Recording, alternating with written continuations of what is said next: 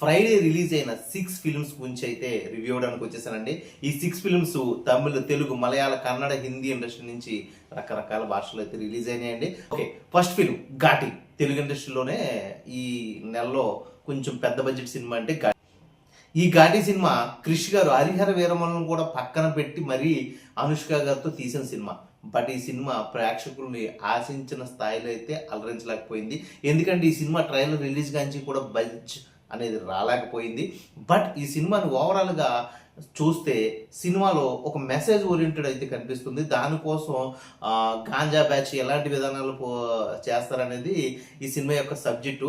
క్రిష్ గారి యొక్క ఎక్స్పీరియన్స్ కనిపించిన, అనుష్క గారి యొక్క నటన కనిపించిన, చైతన్యరావు గారి యొక్క వెల్నెసం కనిపించిన ఈ సినిమాలో కొంచెం కథనం అనేది లోపం కనిపించింది. దాన్ని సరి చేసుకుంటే క్రిష్ గారు ఖచ్చితంగా ఈ సినిమాని హిట్ కొట్టుందిరేమో.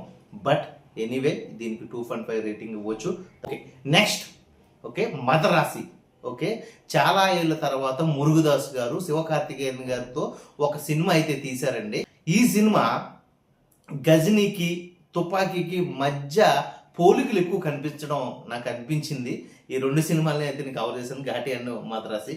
ఇందులో శివకార్తికేయన్ గారు ఒక్కొక్కసారి కన్ఫ్యూజ్ అయిపోతున్నట్టు ఉంటుంది ఆయన నటన ఈ సినిమాలో. బట్ ఓవరాల్గా సినిమా అయితే మాత్రం ఘాటి అంత రీచ్ కాకపోయినా కానీ ఘాటి కన్నా ఇప్పుడున్న యూత్కి ఎక్కువగా నచ్చే విధంగానే తీశారు మురుగదాస్ గారు.